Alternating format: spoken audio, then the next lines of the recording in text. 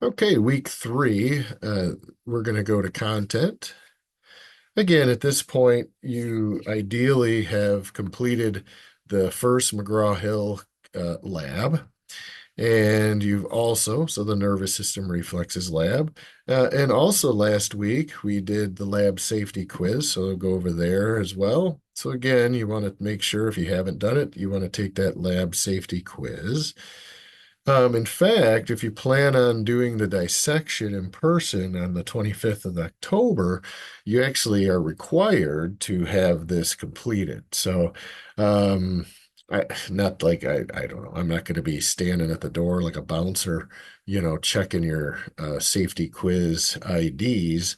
But at the same time, if you, for whatever reason, either weren't here last week or weren't able to do it or decided not to do it, I don't know why. It's you need to do it. So it's 11 points, part of your grade. Get that done if you haven't already. Diddy-bop. So anyway, McGraw-Hill Connect Labs. Hopefully you got number one done on there as well. I know a few of you haven't, so get that done. Get the lab safety quiz done, and you're good to go that way. Now let's look at the modules. So the modules again are basically set up. We have five of them, and they're set up to be roughly, 3 weeks or so per module. So we're into week three, right? We're just starting week three technically now. So at this point, you should be kind of wrapping up, or at least getting ready to do the week two information. So this weekend, if you haven't finished week one or unit one, you may want to get started on that. So again, it does have due dates. It may ping you that you're late or, you're not late. It's just a mile. It's just like a checkpoint or a mile marker, basically. So this is mile marker one. And if you didn't make it to mile marker one yet, that's okay. You'll get there at some point. Let's see. So I always have an outline and slides to go with the information. You may also find a video in the YouTube, course YouTube channel, um, which the link for that is down here. And then, so again, with the quizzes or 25 multiple choice, use any resource you want. You can take it as many times as you want. It's supposed to put your highest score in there. So if you take it multiple times, so you take it the first time, you get a 15 out of 25. Take it the second time, you get a 25 out of 25. Your grade book is supposed to reflect the 25 out of 25. So, let me know if you take a quiz multiple times and it's not recording, it might be set wrong, which I don't think it is. But again, this is my first. I piloted Brightspace this summer with a couple classes, went pretty well, but this is the first official kind of semester using it. So if there are some bumps along the way, it's no big deal. We'll get them taken care of. But it's supposed to record your highest score. It's supposed to give you unlimited attempts. It's also supposed to show you your answers when you're done. So, so all of those things are supposed to happen. All right, and if they aren't, then please let me know. All right. So anyway, unit two. In fact, I want to make sure I'm going to open the quiz for unit two because I do want to make sure we go to quiz setup that it is the way it's supposed to be. So this evaluation and feedback, uh, when published, oh, see, it's auto set there. So we want all questions with correct answers. Questions with not. So that should be good. Save and close. So I'm gonna probably have to do that every week, which is fine. That'll be my reminder to do it when we're together each week. So anyhow, so that's unit one. Ideally, you've finished that. It's the kind of the basics of uh, the language of anatomy and physiology for animals. Because remember, basically the first probably 4 units. So really the first kind of 10 or 12 weeks, we're going to be doing pretty much A&P biology. So, and then the last, module 5, we get into other things, animal behavior and evolution and adaptation and genetics. We'll get into that at the end. All right. So right now you're working on, and I think a lot of you have med term. So some of what we're doing now probably aligns a little bit with medical terminology as well. So anyhow, Unit 2 is a little more robust. There is a lot more info. Um, so just know that, especially regarding cells, I do discuss cells pretty much each unit. So if there are some features that I discuss in here that are kind of over your head or you're not really digging it, that's okay because you will be exposed to cells really at the beginning of every unit. So anyhow, you want to know the basics of cell structures and cell functions. I have the summaries for those here, and then same with tissues. Tissues are a bunch of cells put together, so we're just doing body organization. We started with chemistry a little bit, and then we build from that and look at the cells that make up the tissues that make up the organs. So the first organ system you'll do is going to be in this unit, and that's the integumentary system. So basically, we're thinking of hair, skin, nails, scales, um, those type feathers, those types of items for integument. So anyway, there are your summaries for each of those chapters. There's a slideshow here.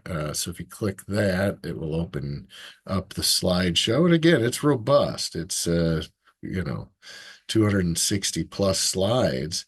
But the idea is that um, again, we're covering a lot of info, but some of this, you want to you don't want to dig too deep because there's plenty of time to dig a little deeper as we go. But I do have my 2 lecture videos on chapters 3 and 4 that's going to be here. And again, that's in the YouTube course, YouTube channel as well. And then I do a tissues video. And those were recorded in the classroom. So I do have a mask on and, so the audio is pretty good for the most part, but you can always and it might be a little echoey. You can always put it on closed captions and watch them that way. But anyway, the slides and the notes are here. And the discussion video with the slides is here. Now, this third video is just on the integumentary system, and it's not me, it's someone else in YouTube who instructs animal bio, and she does an excellent job, way better and more informative and clear and concise than I could ever do. So, I mean, I could probably come close to it at some point with some time and practice, but she hits every nail on the head. She has a great delivery. So if you want to learn some really good info about integumentary, watch that video as well. And again, the videos are recommended. They're not required. Same with the summaries. And then you are going to take your unit quiz. So again, 25 multiple choice from your text. You could take it multiple times. It might be different each time you take it. It might be the same, or some of the questions are going to be similar. Okay, so make sure that you do that. Unit 2 outlines. I don't know why that's separate, but it's the same thing. All right, so that's your job really over the next week is to work through, get Unit 1 done. You want to get that out of the way if you haven't already, and then start going on Unit 2. Now, the for the McGraw-Hill Connect labs that are associated with this, it's actually um, labs 3A and B are directly aligned with what you're doing for Unit 2. So we talk about cells, we talk about cell transport mechanisms. So the diffusion lab and the osmosis lab in McGraw-Hill, they only take about 10 minutes or so. They're relatively short. We can check those out. And then this one on endocrine thyroid hormone lab 2. You can do this one if you want. It's aligned with what we're doing. We do get, or I get into more detail about the I guess like the neuroendocrine connection and how the brain and the endocrine system work together to elicit responses in the body. And so homeostasis is a big deal. We talked about homeostasis a little bit in Unit 1. We'll talk about it a little bit more really every video you watch because that's the name of the game. That's really why um, a lot of your quote unquote patients are coming to you.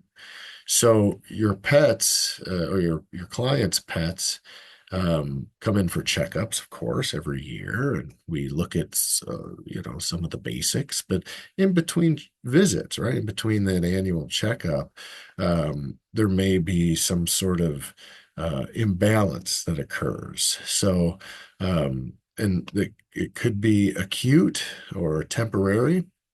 And so it comes in and goes away, within a few weeks, um, even a few months. But if it continues after a few months and it starts to become a chronic issue, and so the homeostasis of the animal is disrupted for some reason. And it could be any number of animals. It's tricky, right? Because their communication is um, different than ours. And so you are literally trying to work with the owner of the animal and then your own experience to try to deduce, along with the veterinarian, what the heck might be going on with the animal that's causing a disruption of homeostasis or balance. Um, so this week we're doing cells and tissues and skin. So with a lot of situations, as an owner of an animal, you may notice a new skin condition on your pet, or maybe they inform you by licking or biting or scratching. So so that's not normal, right? It's not homeostatically sound for the animal to be constantly licking or biting or scratching. Now, or plucking.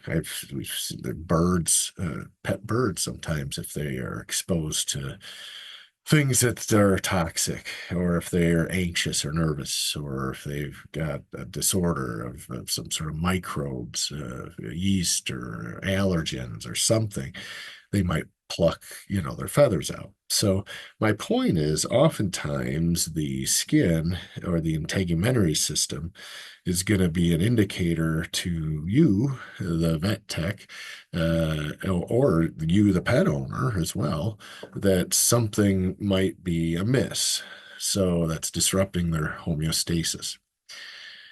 So oftentimes it's tricky, because animals, their brains are wired differently. So um, it could be, oftentimes it's a microbe, it could be a fungus or yeast issue, it could be some sort of bacteria grouping or multiple bacteria. Uh, Viral, even potentially a parasitic. Either way, there's potentially some sort of microbe that is disrupting the normal balance of microbes. Because all of your pets and you have what are called normal flora that exist. So normal bacteria exist as part, we call them resident bacteria. So resident versus non-resident. So when the non-resident bacteria or non-resident microbes overtake or overcome the resident bacteria that are supposed to be protecting the balance, the homeostasis of the animal, we may get irritation, swelling, redness, dryness, flakiness, scabs, scales, all kinds of issues can crop up. So anyhow, homeostasis is something that, as a healthcare provider, whether it's humans or animals, that's really the kind of what we're here for, is to assess why a critter is out of homeostatic norms. And again, often, and it could be allergies. They could have allergic reactions to whatever it might be, dust, dander, right now, pollen, pine trees, sap, there are a million things. There's this rust fungus that's on grass that can irritate your animal. They could be, so either way, there's some sort of systemic issue potentially that could develop. So that's why it's important to address these indicators when they occur. So, like I say, when the animal is itching or scratching or licking or biting abnormally, I mean, there's a certain amount of that's normal. I mean, all of us get a little itch that needs to be or whatever, right? But there's also there's kind of a range and window of acceptability for that. So if your animal is soaking their legs in saliva from licking, then there's probably an issue. They could be arthritic, right? There could be some sort of they could have some sort of wrist injury, So anyway, we definitely are going to be hearing a lot of things from our patients and their animals when they come in. And oftentimes it's going to relate to some sort of homeostatic issue. Um, Now, how do we treat it? Well, it depends. I mean, oftentimes, uh, with animals, we can run some lab tests, right? We could do some blood draws. We could do some scrapings of the integument, look under the microscope, see if, what specifically we might be dealing with. There are different types of tests that can be done to determine what the pathogen is. So, oftentimes it's treated topically, or we can treat it internally, right, with an antimicrobial, antibiotic, um, antifungal medication. So that's usually the first step, and hopefully that resolves the issue within a couple of weeks, oftentimes. But if it doesn't, or there are behavioral modifications that need to be done, environmental issues that need to be taken care of, there's so many factors, right, that can disrupt balance and homeostasis.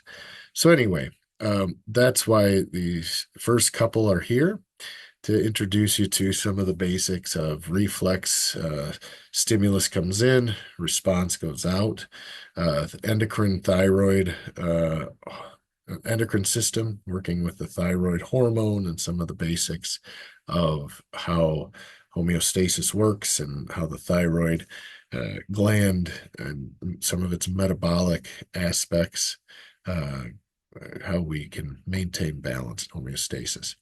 And then finally, again, kind of going with really with Unit 2 are labs 3A and 3B, dealing with diffusion and osmosis. Unit 4 actually, or I mean, Unit 3 actually gets into the musculoskeletal stuff. So anyhow, some of the labs may seem like they don't align like maybe you'd like them to, but that's okay. We see and deal with every one of these systems, and for the most part, I think they align pretty well with the current unit. All right, so let's see. Questions on anything? Okay. So the diffusion lab looks like this. Diffusion across a semi-permeable membrane. So this is actually into the lab simulation. There are the introductory info. You'll be reading through that. Let's see. Somebody,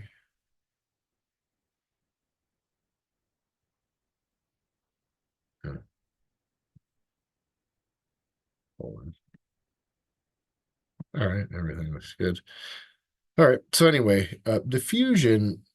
Anyway, cell transport mechanisms.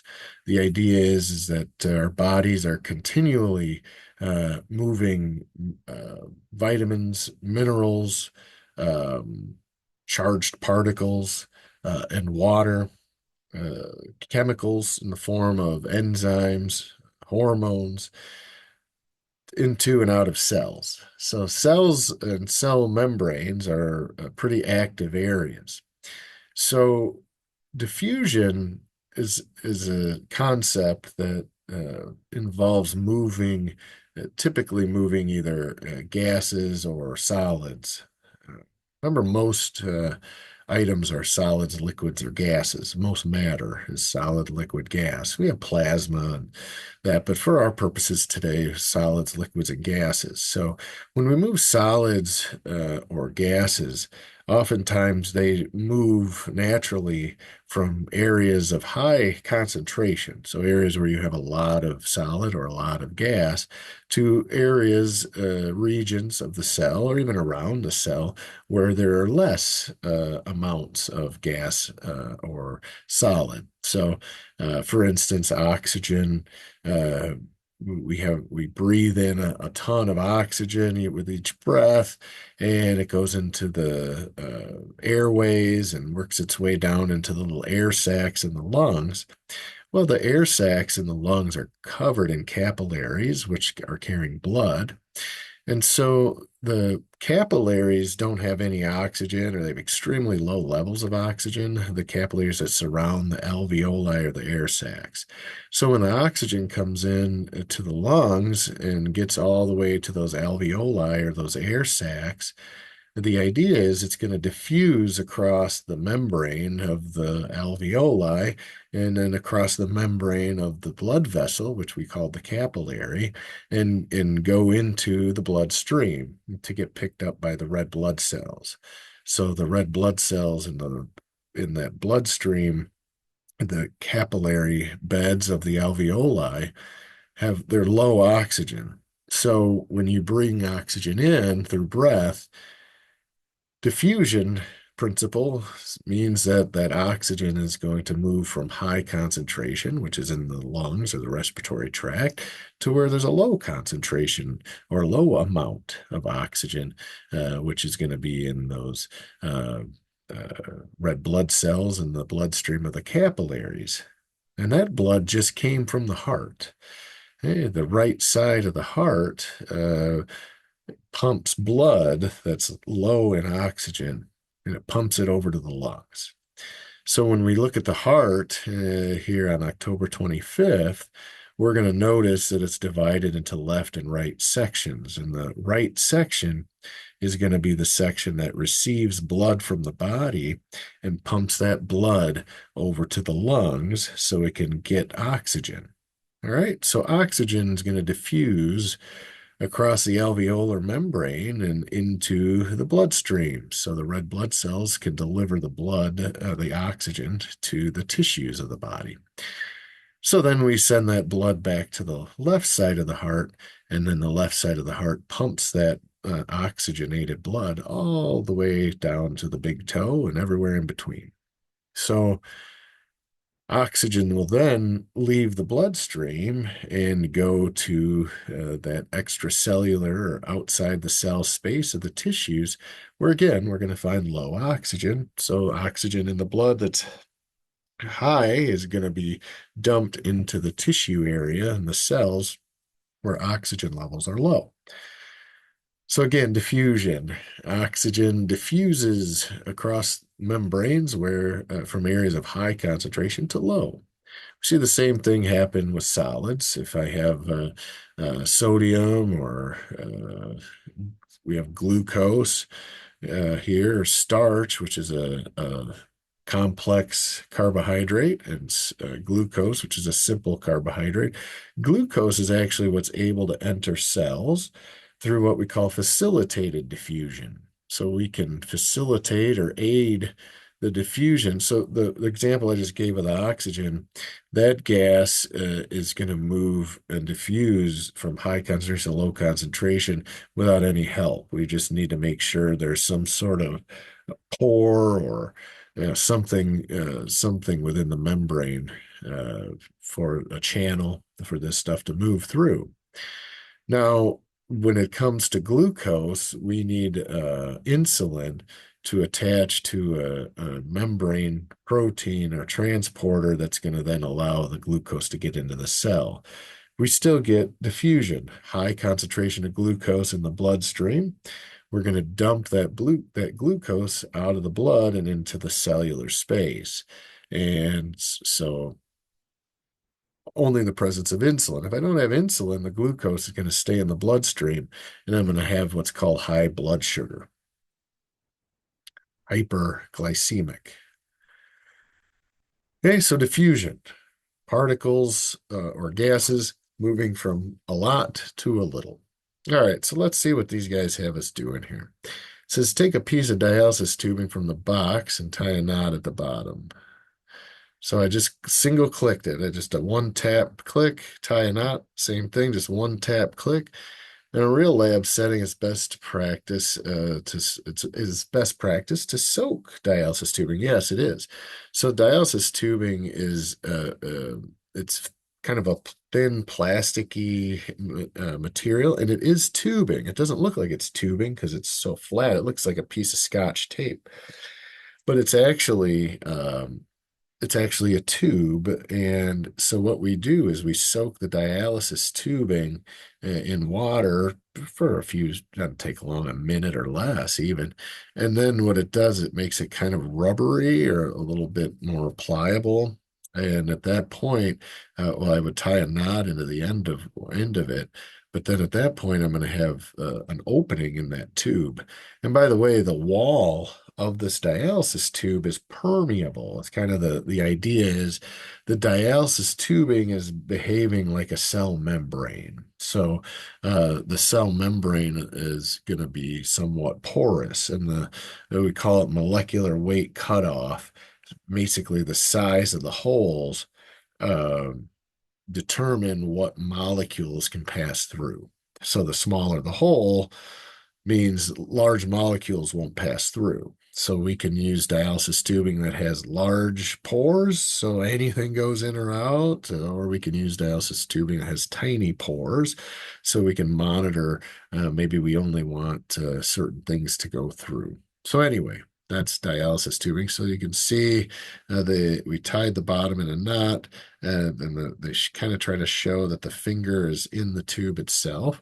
Then it says we want to add glucose to the dialysis tube. And the nice thing about these McGraw-Hill labs, if you don't know what you're doing, usually you can find where the finger is. And there we go. There's the finger. And then I come over, tap, put it back. And again, most of this is just tap, tap. You don't have to drag or anything. All right. And then it says add starch to the tube. Okay. So again, starch is a complex carbohydrate. Starch would be everything. And if you watch or when you watch the Unit 2 videos, you're going to learn with chemistry that, chemistry is kind of putsy. It can be intense and hard to swallow because it's so micro scale. It's sometimes hard to fathom it, but it's so important in what you do.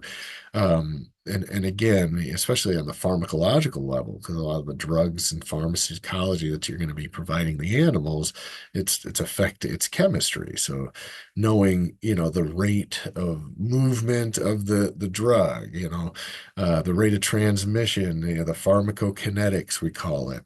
How does the pharmacology, how does it move in the body?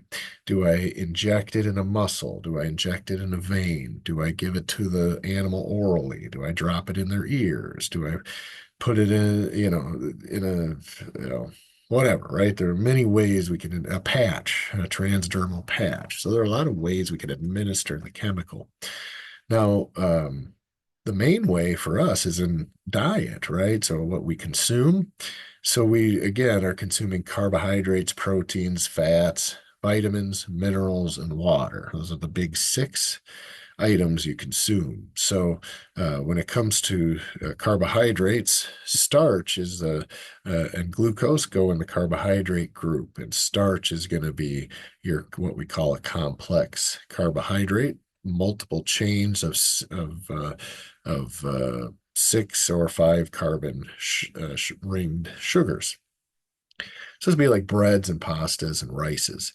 So we put starch, big chain carb in there, and then we also put glucose. And glucose is the simple carb. That's just one ring. It's a 6 carbon ring, and that's all. So if we have small molecular weight holes, glucose might pass through, but starch may not. So that's one thing we could check. Iodine, by the way, is an indicator chemical. So iodine can indicate the presence of glucose or the presence of sugars. So anyway, what's it tell us to do next? Add water to the beaker. So now we need to add water. Drop. All right, we're going to add some iodine. All right, kind of a rusty color. Select dialysis tubing to tie a knot, put it in the beaker. All right, so so now the dialysis tube is now knotted at both ends. So you have this little, tube that looks like a little sausage tied at both ends. Inside of the tube is starch and glucose. So we're going to move it over and put it in the beaker. All right. Iodine and or starch diffuse across dialysis tubing. If both iodine and starch are able to diffuse across the membrane, both the dialysis tubing and the beaker will look dark purple. If only iodine is able to diffuse across the membrane, so it's saying if iodine going to leach into the dialysis tube? And if iodine goes into the dialysis tube, it should turn kind of a purple color.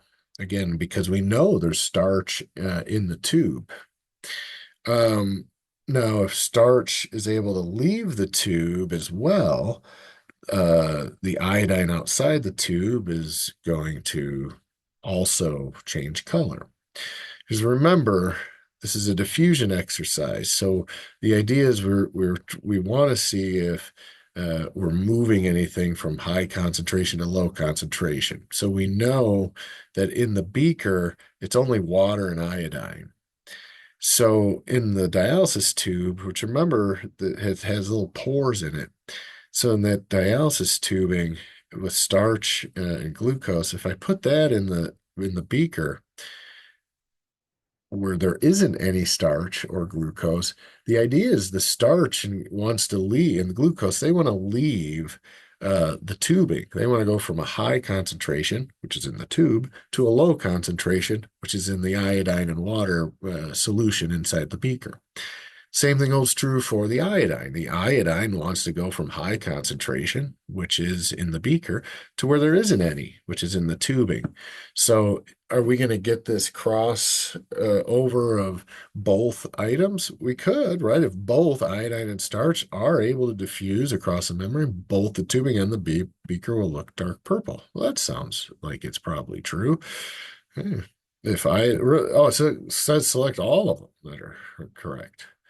Oh, select all the correct statements. Or really, I guess all of them would be if only iodine diffused across the membrane of the solution in the tubing bag will look dark purple. If only starch is able to diffuse across the membrane, the solution of that, so all of the, why does it keep saying that? Brother.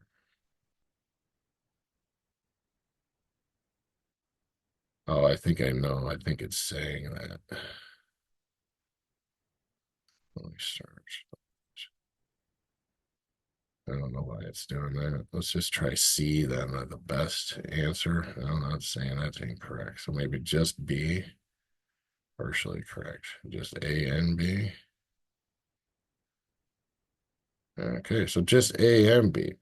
Only starch is able to fuse across a membrane, the solution in this will look dark. See, that's, well, we're going to find out.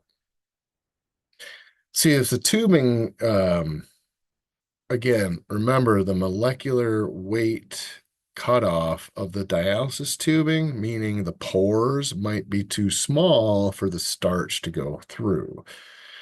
So I think that's what they're getting at is if the tubing, if the starch is too, if the holes are too small in the tubing, the starch won't escape.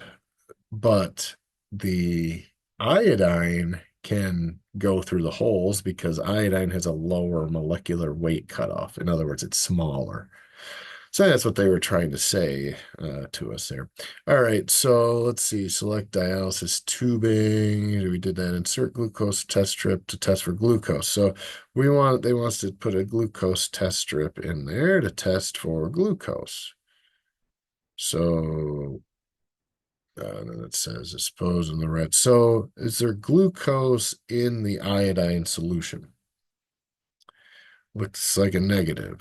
So then we put that there. And then we got to record that in our lab data. Glucose in beaker. Nope.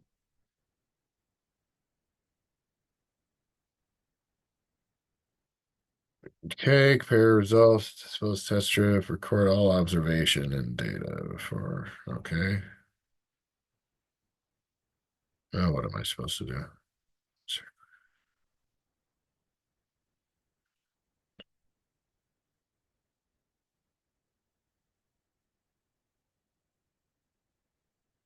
Okay, save image of dialysis tubing and beaker prior to diffusion. Oh, let solution diffuse for 10 minutes.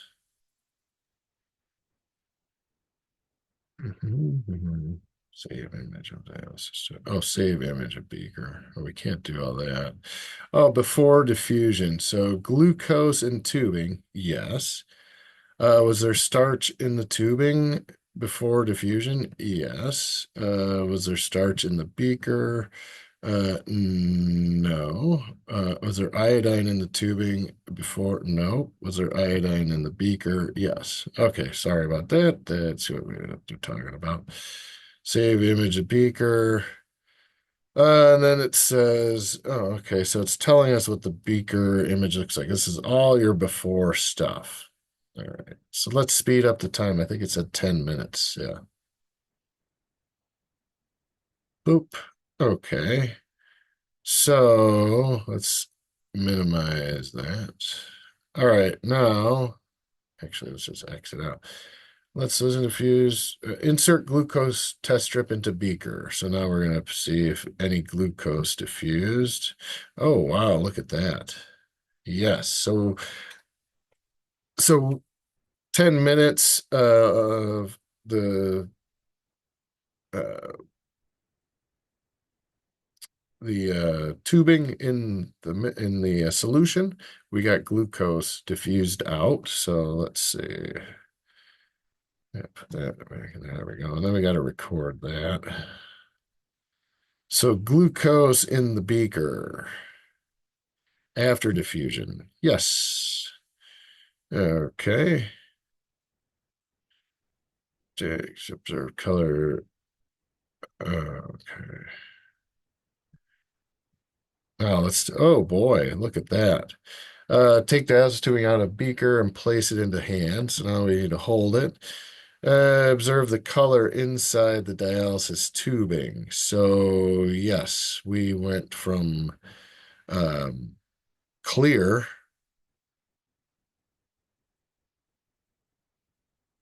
to this. So I'd say, come on, there we go. So glucose in the tubing.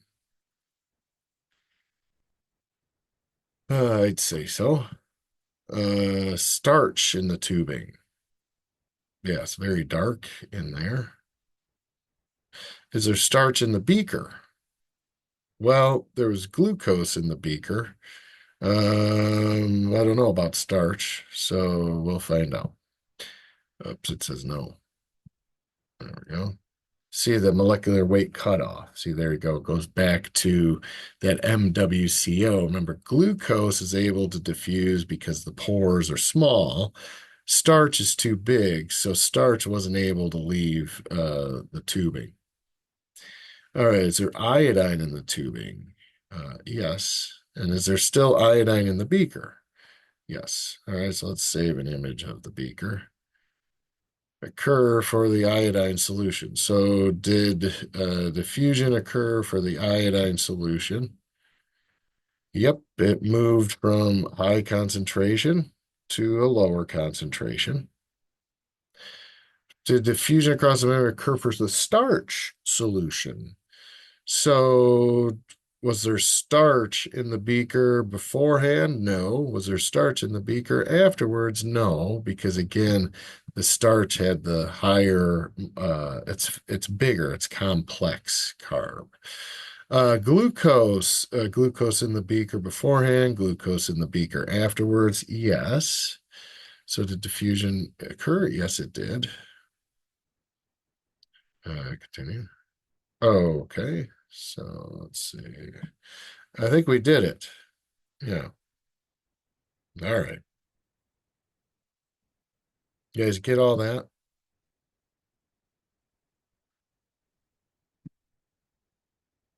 And that's it.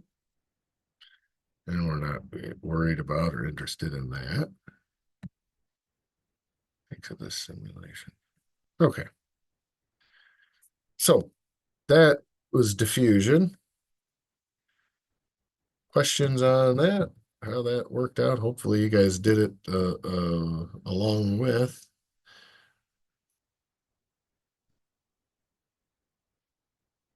Actually, your osmosis might be the red blood cell. I don't remember which one that McGraw-Hill put in there. All right. Okay. Let's see. Tonicity of red blood cells. So if you guys are in your D2L, let's see. Osmosis.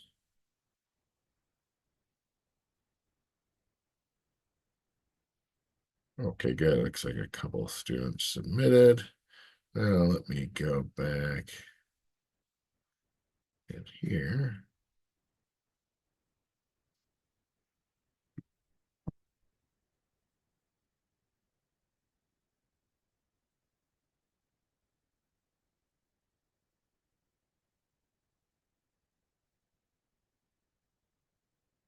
All right.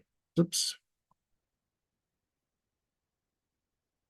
All right. So I think that's about all I wanted to do. I'll let you guys do the osmosis one. Now I think yours might be different, so I'm going to find out. Let's see. So osmosis.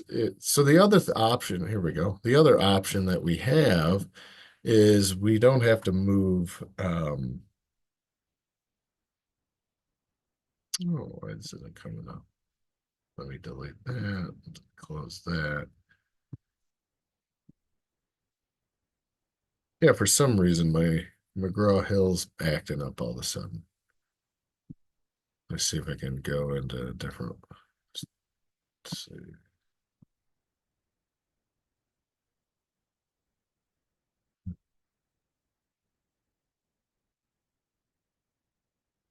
Yeah, I don't know why my McGraw-Hill's being weird all of a sudden. Let's try this section down here. Generic virtual labs. Oh well. I'm glad we were able to get the one done. Sometimes Zoom and doing virtual labs sometimes doesn't jive really well together because of the amount of energy or kilowatts, I don't know, whatever computers use to do what they do. But yeah, for some reason, all of a sudden, my McGraw-Hill stuff is not coming up. So that's stinky. None of them are. What if I switch to the new experience? Sorry about that. I don't know why it's putzing out on me. Oh, there we go. Assignments. Oh, there we go.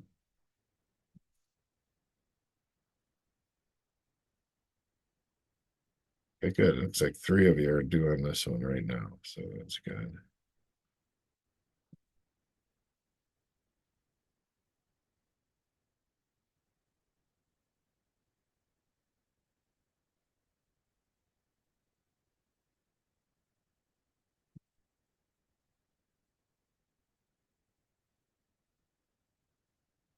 But,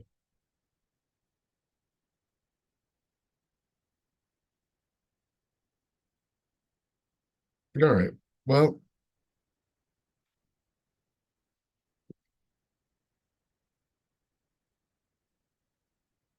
let's see.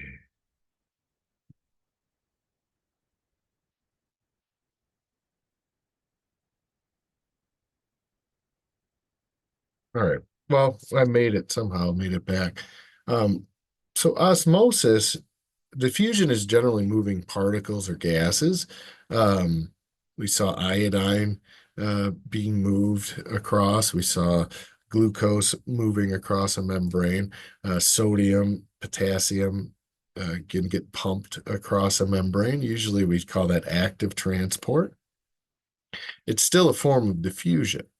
Now, when we're moving fluid, we call it osmosis. So osmosis occurs when we want to dilute an area. So when we do have more solute or stuff in an area, we could always just dump water in and dilute it and establish some sort of balance that way.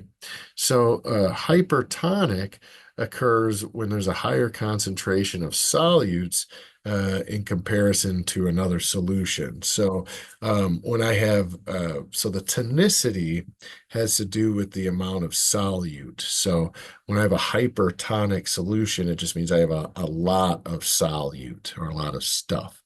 When it's hypotonic, that means there's a lower concentration of stuff in the so lower concentration of solute. When it's isotonic, that means we have a balance inside the cell and outside of the cell. We have a balance of solute to solvent concentration. So solvent is the fluid, solute is the substance.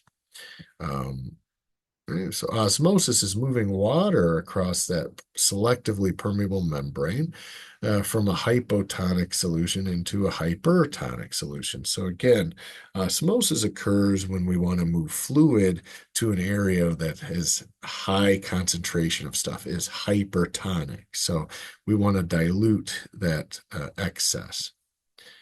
All right. Osmotic pressure, the pressure applied to a selectively permeable membrane to prevent osmosis. So again, once we reach equilibrium, we want to prevent osmosis. So you'll have that buildup of osmotic pressure as we're moving water across the membrane. A thistle tube is a long tube that we use in the lab at times. It's glass typically and has an open round reservoir at the end. So let's find out what we're going to do here. Attach selectively permeable membrane to the bottom of the thistle tube. So we grab a selectively permeable membrane.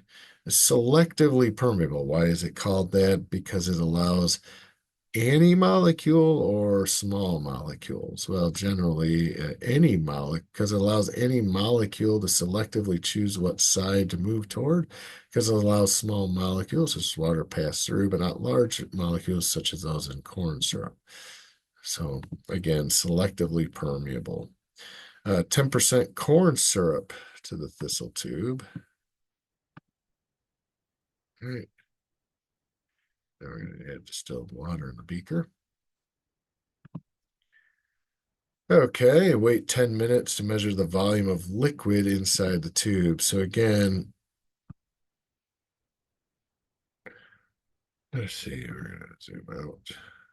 And so it looks like we got about 3 cc's of fluid moved into, because remember we put that selectively permeable membrane at the bottom. And this was filled with a 10% corn syrup. So it's 90% water, 10% corn syrup. So there's more, so it's more hypertonic inside the bulb here. And this was just water. So remember, water always moves to where there's stuff. So it wants to dilute this area. So we actually moved about 3 milliliters of water in, into the bulb, into the beaker.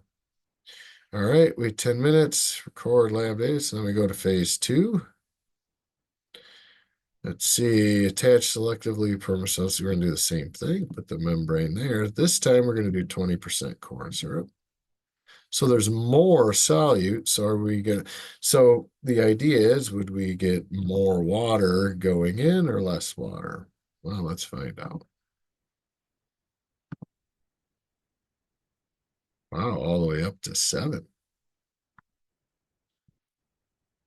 7 mLs. So again, it makes sense. All right, go to phase 3. Same deal this time. We're going to do the 30. Yeah. So again, more stuff, more water likely going to pass through that membrane to dilute the area. All right, we got all the way up to 12. There we go. So for every 10% we went up 4 mLs there. Another 10%, we went up 5 mLs. So if we get to 40%, would we go up to 6 mLs? Is it going to be that kind of relationship that we see?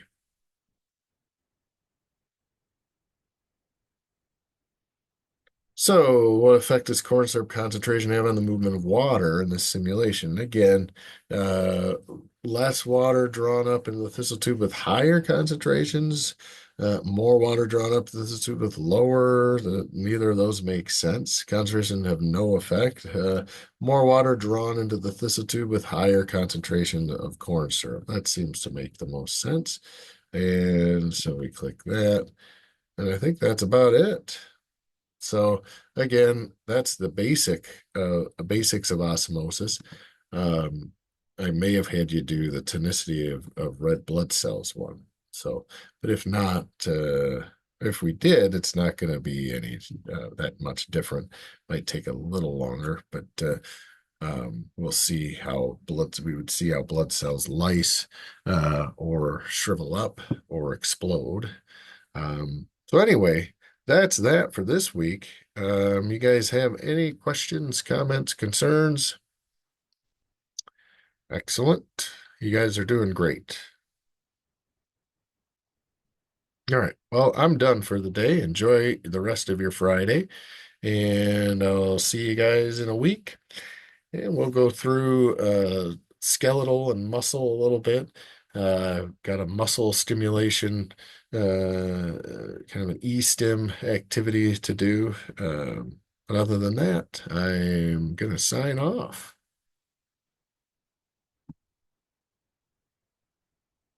Have a great weekend, everybody.